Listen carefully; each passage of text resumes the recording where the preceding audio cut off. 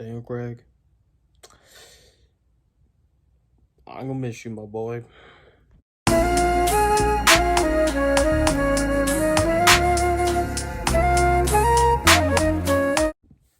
So No Time to Die is a action spy movie, and this is also the 25th film in the Bond series, and this is also the fifth and the last film by Daniel Craig himself as James Bond.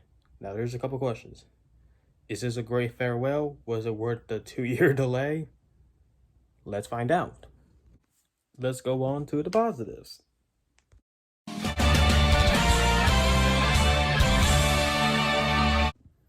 I'm not gonna now. I've watched all four of them in preparation for No Time to Die, and my opinions were still the same. Casino Royale first, Skyfall in second, Spectre at third, and Quantum of Solace last. So the question is, where does this rank? I can happily report that as of now, it is my second, and I will explain perfectly why. First of all, Daniel Craig, man. He was so excellent as this character. Like, he fitted the character just so well. He did a great job in this movie, and the other characters and the other girl like Anna de Maris, she also did a good job in the movie. Like, almost everyone did a great job in this movie. Like, the performances are really, really good. And yeah, I would say that the first 13 minutes, they were really, really, really good. Like, they helped set the tone really well for the movie. And you're hooked into it though. And then when we do, I won't spoil anything, but when we get to the first action sequence, I was just saying, well, let's get this right going. And basically, yes, although we'll talk more about the action though later on, but for the most part, most of the actions was basically some of the best. Although not all, we'll talk a little more about that, as I said, later on.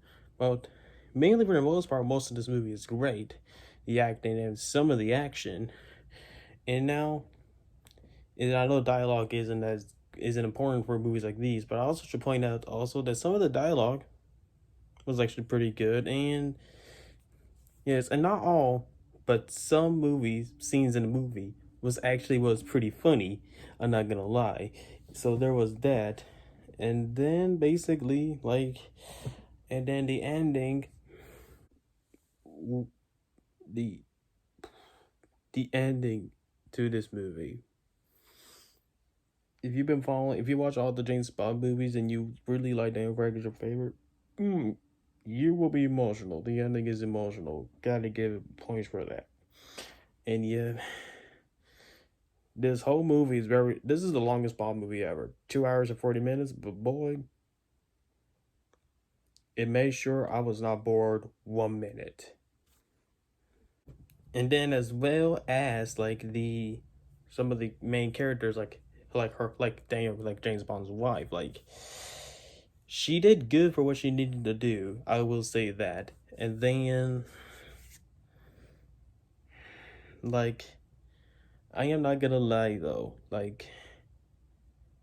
this has some elements that I think is possibly the best out of the Daniel Craig era of Bond movies. I'm not gonna lie. I think some of that it has, but yeah. And then another cool thing that I also will appreciate was also her Daniel Craig's kind of sidekick, the female Bond, if you want to call it that. Not gonna lie, that I was scared of that. And then let's just say this right now, if you want to see Daniel Craig be James Bond and you want to see James Bond be James Bond, don't not worry. This is not The Last Jedi where he instantly becomes a grandpa. No. You don't get any of that. And And the female Bond, don't worry, she's not mainly in the whole movie, although she is a big help in some of it, which I felt a little mixed on at some parts, but over than that, better than I actually expected. I'm not gonna lie about that.